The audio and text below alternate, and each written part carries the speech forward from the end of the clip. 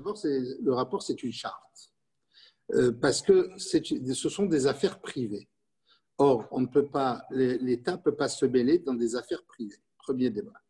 Donc, c'est une charte, ce n'est pas un décret, ce n'est pas une loi, c'est un conseil d'amis, si je puis l'interpréter comme ça. Bien. On va remettre quand même tout dans l'église au milieu du village. Donc, qu'est-ce qu'on a? On a une crise, on a un virus, n'est-ce pas? L'État fait une distribution à partir d'ordonnances, la 2020, 16, 17, 371 sur le fonds de solidarité, la 378 remplacée par la 394, n'est-ce pas? Et elle fait comme ça, elle donne quoi du 25 mars août? Et elle donne quoi? Elle donne un fonds de solidarité, un fonds de garantie de l'État, des chômages partiels et des exonérations pour certains de charges sociales. Et ce matin, Bruno Le Maire disait encore qu'il allait, il y a le deuxième étage de la fusée, il allait donner 10 000 euros pour que les gens puissent payer leur loyer. Bien. Ensuite, les banques ont reçu des ordres. Il faut savoir quand même que les banques ont décalé les échéances de 6 mois. Alors, venir aujourd'hui et venir en disant, ouais, vous comprenez, le bailleur, il ne veut pas se retrouver avec un local vide. Mais moi, je veux bien me retrouver avec un local vide. Il n'y a pas de problème. Moi, il s'en va avec plaisir qu'il me rende les clés. Hein. Je ne demande pas mieux. Mais maintenant, si je peux l'aider, bien sûr que je vais l'aider. Mais les lettres que j'ai reçues, qui étaient à la limite des lettres de menace, qui disaient vous allez nous faire 2 mois gratuits, 50% sur le décembre, mais bonsoir tout le monde. Il n'y a plus personne, je réponds plus, je négocie plus. Il a fermé la porte à la négociation, alors qu'est-ce qu'on fait, nous? C'est simple. Et après, je répondrai à Maître Lefort. Dans le domaine des ordonnances, on ne peut pas saisir, faire jouer la clause résolutoire, on ne peut pas mettre les pénalités financières, mais ils ont oublié une chose, la saisie des comptes. Et ça, on peut faire. Et pendant toute la période de procédure, il faut payer son loyer. Ça n'exonère pas le non-paiement du loyer. Ça, c'est premièrement. Maintenant, venir et dire que les entreprises, comme j'entends souvent, André, Grandré Cré, là, Camailleux, etc., mais c'était des entreprises qui étaient déjà à l'agonie il y a bien longtemps, qui étaient mortes il y a bien longtemps.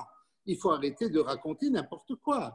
Donc, à la limite, les 25% que donne l'État, garantis à 90% par l'État et 10% par les banques, il faut savoir que les banques ont reçu hors de prendre aucune garantie chez le commerçant. Ça veut dire que cet argent ne sera jamais remboursé, c'est la prochaine crise. C'est-à-dire que les banques vont être de 30 milliards de leur poche.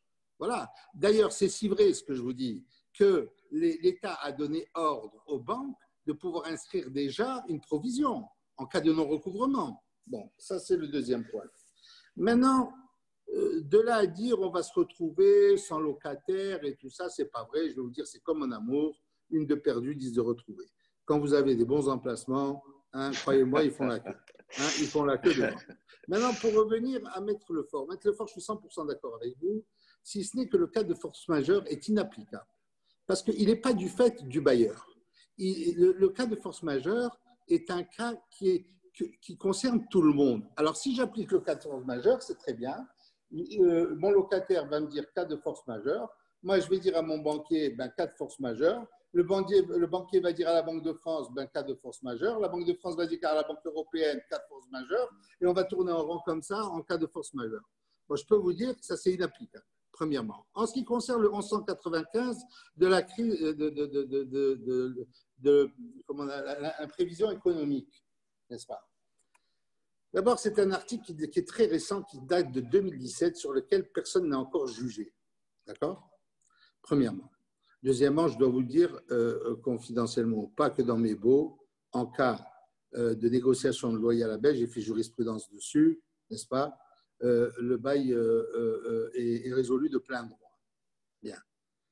Alors, pour l'imprévision économique, il faut démontrer d'abord que pour renégocier le contrat, il faut démontrer qu'on a payé de manière onéreuse ou à un prix excessif. Ça, c'est déjà une première difficulté. Deuxième difficulté, quand je retrouve un locataire derrière, même avant que les gens partent, je retrouve un locataire à plus cher, croyez-moi que le juge, il a du mal à comprendre. Ça, c'est le deuxième point. Alors, les avocats qui sont venus, et je ne vous vise pas à mettre, en disant l'imprévision économique, ils ont écrit à tout le monde en disant le cas de force majeure, le cas de force majeure. Mais le cas de force majeure, je défie quiconque aujourd'hui de me ramener un jugement avec un cas de force majeure. Ça, je peux vous le dire. Parce que le cas de force majeure n'est pas inhérent et de la faute du bailleur. Il est général. Il est de la faute de personne. Voilà. Donc ça, j'en ai débattu avec des magistrats qui sont entièrement d'accord avec moi sur ce point. Maintenant, vous me dites, il y a d'autres points que j'aimerais soulever. C'était bien sûr l'imprévision économique, la saisie des comptes, et alors les types de ce que nous promettons. Alors les gens qui nous écrivent en nous disant on va vous faire 50%, sinon on s'en va, on leur fait bye-bye. Je vais vous dire, on ne les retient pas. On ne retient personne. Bon. Par contre, ceux qu'on peut aider, bien sûr qu'on les aide. On les aide de bonne foi.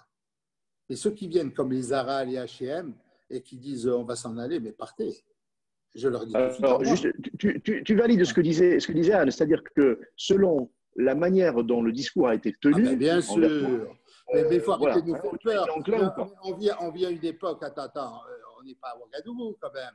On vit à une époque où tout se sait minute par minute. On est au stade de la communication.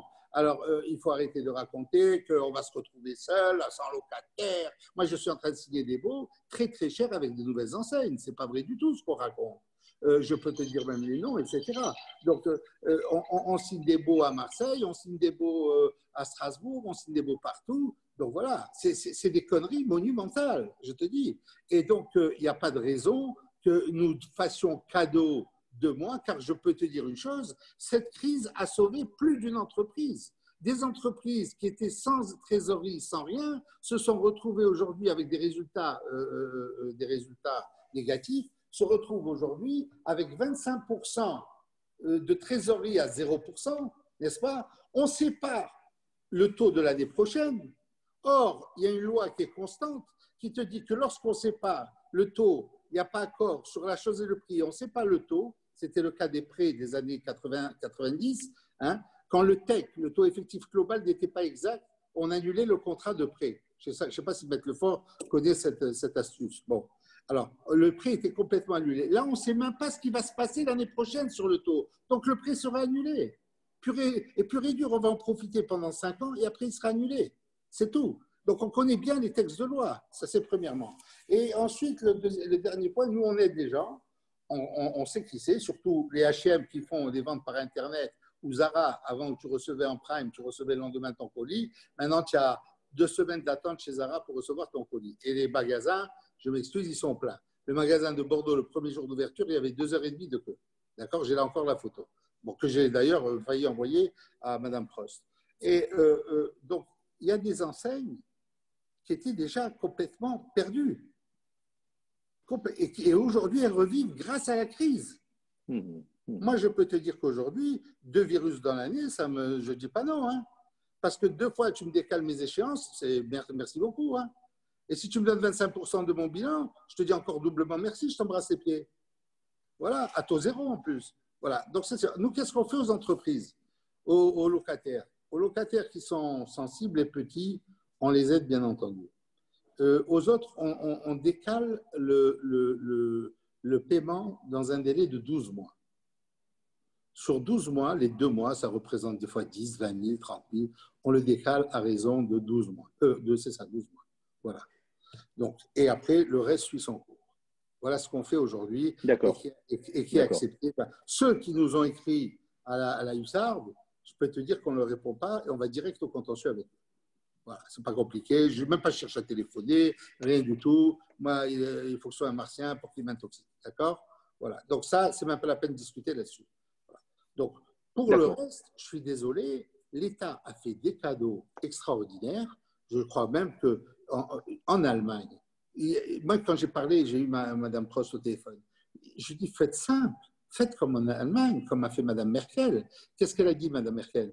Les loyers seront étalés dans un délai de 2 ans, entre accords entre bailleurs et locataires. Basta, point, c'est fini, et la balle est au centre, tout le monde est OK. Voilà. Ni on va offrir 1 mois, ni 2 mois, ni 10 mois, ni 20 mois. Voilà.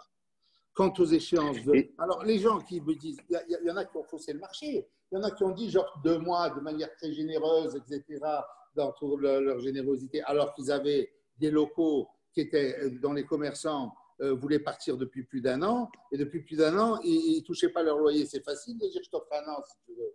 D'accord? Il y a des entreprises qui ont perdu, ils avaient 4000 magasins en Chine, qui ont perdu la culotte en Chine, et ils se refont une santé ici avec leurs magasins en prenant les 25% de garantie de l'État. Alors il faut arrêter quand même. Les tirs au flanc, les petits malins, il faut quand même arrêter. Voilà ce que je dis tout simplement. Maintenant, on ne veut pas. Alors,